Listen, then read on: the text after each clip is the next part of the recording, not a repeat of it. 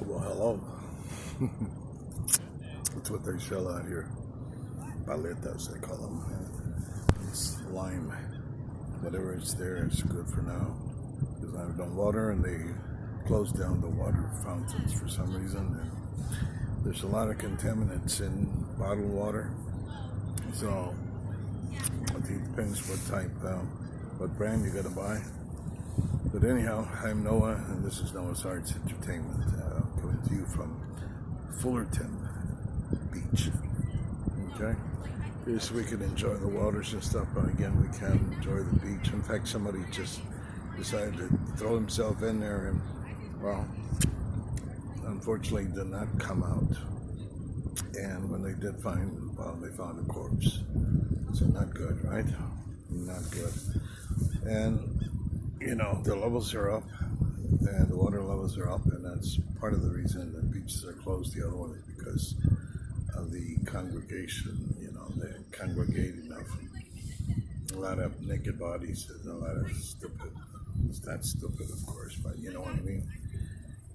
According to the Times, it's stupid. It's stupid. It's stupid. It's stupid. Because when the testosterone levels are running high and libidos are running high, it's something else, right? So, but now you get what you call, what I call, okay, this is why I publish things here,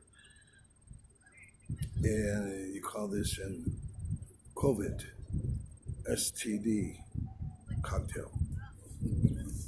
Is that COVID STD cocktail? Yeah, and you know, not that everybody goes around with STDs, right? Well, people that don't care about the pandemic and about the reality of it, then I would think that they can also hide the fact that they have STDs. And, you know, and because they have STDs, that doesn't mean they're going to stop having sex. It's a terrible, grossly thing to even think about, but that's the reality, just like it is about Corona. So we're having a beautiful, beautiful day here. It's just the sun is what it is. Here we go. Now, let's see, somewhere up there, yeah. So, thing is, it's a clear day. It's a clear day. Rise up and look around you. So, I think the thing today was to say, why is it so hard to understand certain things? You know, like certain realities, certain things that are happening. You know, not only are babies and grandmas dying, grandpapas, they're having to die alone. That's the worst thing. It's horrifying. It's horrible. It's sad. It's a sorrowful type of thing to experience. And yet these punks, prigs, and cunts, uh, cunts again. A lot of people don't like that word, but for me, that's the best definition of a narcissist. Somebody that's inconsiderate, selfish, you know, ego tripping, just everything, you know, super van, you know, super vain, and just all that stuff going on, you know, and I talk about this stuff like that because, again, you know, I don't talk about stuff that I don't know anything about. I talk about things that I know everything about. And this narcissist thing, you know, it's a terrible thing. It's like being an alcoholic here. It's a sickness, you know. I don't know. You scare people away because of not scare them. You just well, at one point, I guess, ultimately you do scare them. But it's the mentality and the attitude, the perspective, the outlook of things, and you know, this can happen. People are narcissistic everywhere, right? So the thing is, what I was wanted to theme here is again the title is why is it so hard to understand? Why is it so hard to understand that a person wants and desires and wishes for a more than physical relationship? Why? You know? I know, sometimes when I talk, maybe, although I am masculine, and I surely am masculine and heterosexual, the thing is, I'm the balance sometimes I guess freaks out. It's like he talks like he's a woman. In other words, about how sensitive he is about love matters and matters of the heart and things like that. But that's because I've had pretty much the opposite, and I decided not look, and I never mean to disgrace somebody completely. It's just and judge them because I love them and I'm guilty of that. But and they've loved me, and they're guilty of that. But the thing is, it gets to a point where it's just sooner or later it's just a temporary thing because it's just not made out of what is this out of concrete or out of something solid. It's just based a lot of chemistry and fun and laughing. And it's all real good. That's all fantastic, and I wouldn't have it any other way. I appreciate a woman that also that can make me laugh, and so and they appreciate me. They make it, except my ex-wife.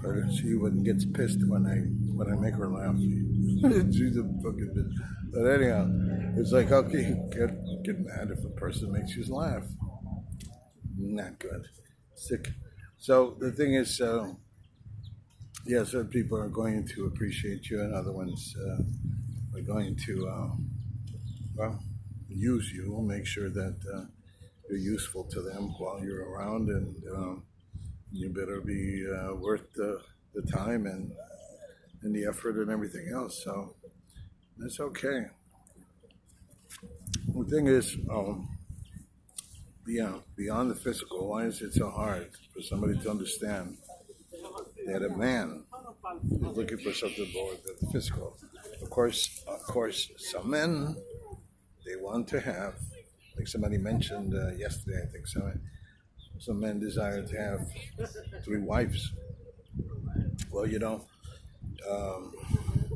that can only be justified, I think, if one woman is not willing to be with one man, because they, we are pretty much alike, and some of you women are more masculine than feminine, and there's guys that are going to be more feminine than masculine.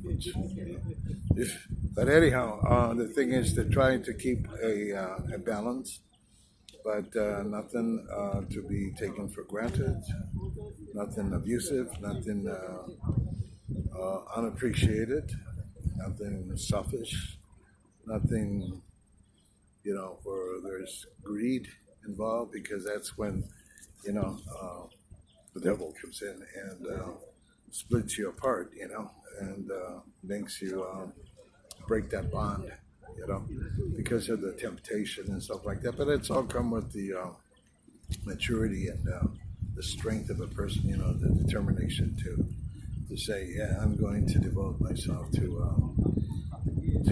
one person.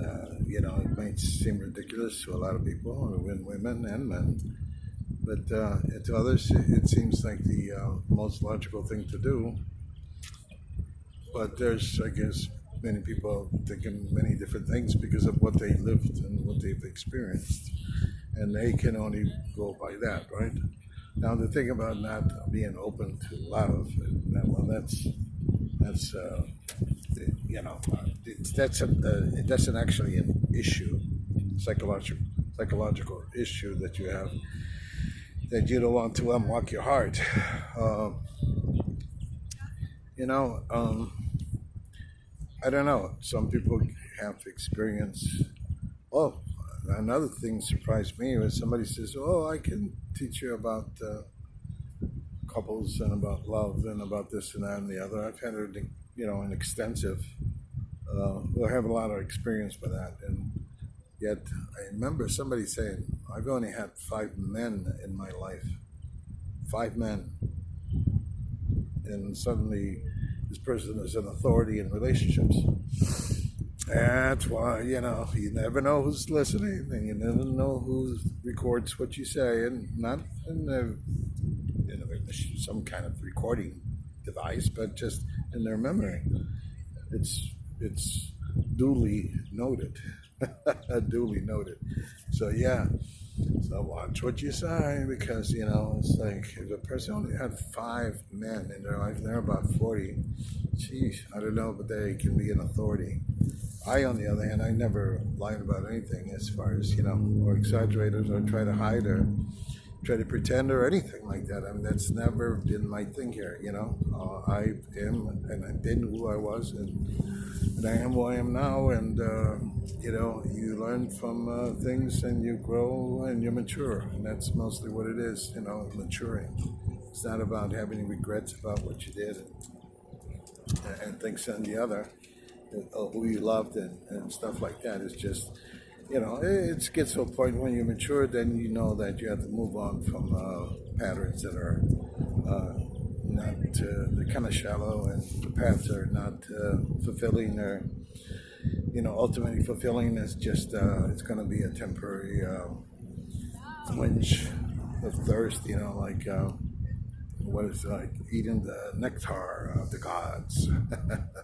That's what I try to remember, that one word once. I was describing this astral thing that happened, where it was like one of them was trying to feed me her nectar of the gods, and the other one pushed her off me, pushed me out. So, and then somebody had pushed her before. So there's been a lot of this kind of action astrally and secretly, and I will never say their names, never ever, but they know who they are. So the thing is, again, why is it so understand? It's always so hard to understand that somebody wants a relationship beyond the physical, meaning that, look, it's to a point where people become replicas, whether men or women. If you date a lot, you get to a point when you become replicas of others, kind of like just a different name and a different face, but it's kind of the same thing, but different.